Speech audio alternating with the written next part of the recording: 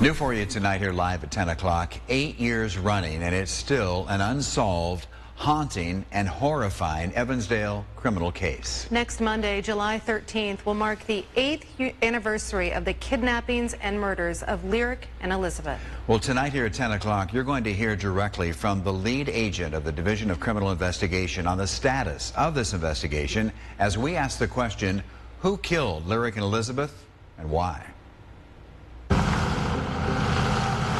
Everybody that's lived in this community for any extended period of time has the investment in seeing this brought to a conclusion.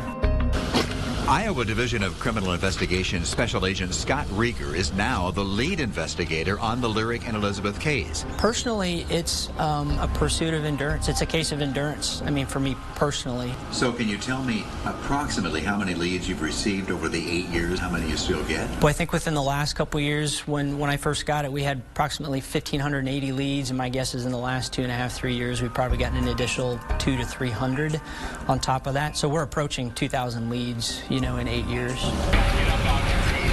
For so many, it's like it happened yesterday. The Cedar Valley community mobilizes in a massive land and lake search for 8-year-old Elizabeth Collins and her 10-year-old cousin, Lyric Cook Morrissey. Someone abducted and then killed the cousins who had gone on a bike ride that Friday the 13th in July of 2012. Their bikes and personal belongings were found at Myers Lake in Evansdale. Volunteer searchers turned out by the hundreds, but to no avail. 145 days later, on December 5th, hunters found the girls' bodies 20 miles north of Evansdale at the well-known Seven Bridges Wildlife Area in Bremer County. The cause and circumstances of their deaths have never been made public.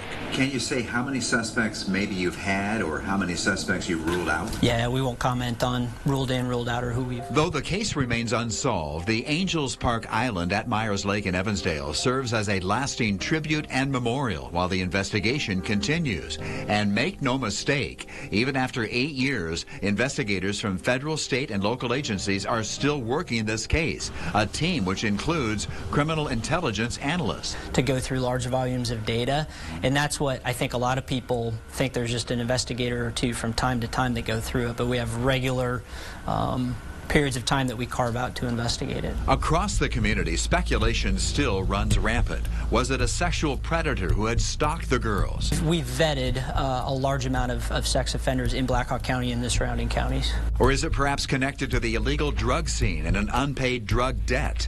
The girls were kidnapped only days before Lyric's dad, Dan Morrissey, was set to go on trial on drug charges to which he would later plead guilty, sending him to prison for decades. Yeah, we've gotten a variety of different criminal history backgrounds on the people that we have investigated and vetted.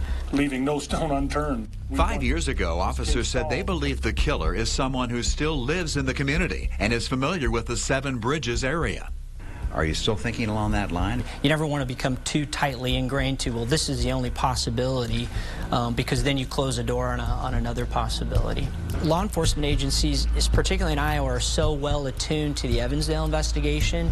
We're usually ahead of the game as it pertains to other investigations linking up with Evansdale. Special Agent Scott Rieger says the public still plays a key role in solving the murders of Lyric and Elizabeth. Every tip that comes in gets looked at, but it could be the one thing that comes in that people think that law enforcement already knew about, and maybe we didn't. So we always encourage people, don't just assume that somebody else called it in or that law enforcement knew about it. Call it in, and if it's already been vetted, then we'll know that, and if it hasn't, then we'll vet it out.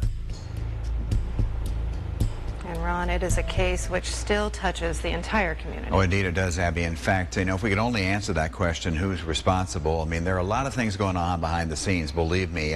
So much that Special Agent Rieger cannot say because these are facts that are known only to the person or persons involved. The evidence is all kept. The DCI war room, he calls it. There's always the possibility in this day and age, new DNA possibilities, new leads coming in, and maybe even guilt could come into play if someone knows who's responsible but for some reason has kept quiet all of these years. Maybe they could come forward. Quick reminders. A substantial reward is still in play in this investigation, so tips can be sent to this very special Department of Public Safety email. It's on your screen there. I know it's a long one. We'll put it on our website. Also, you can call locally, Cedar Valley Crime Stoppers, their normal number. They do such a great job here, Cedar Valley Crime Stoppers. And also, I want a reminder that the annual Memorial Ride and Drive for the Girls, it will be held this Saturday. Now, it's going to be a little bit different because of social distancing, Abby. This year, of course, they're asking people to please exercise social distancing, drive on your leisure, but then be back at Lofty's by 4 o'clock this Saturday afternoon. I think, talking to the agent, they believe that at some point, this case certainly will be solved.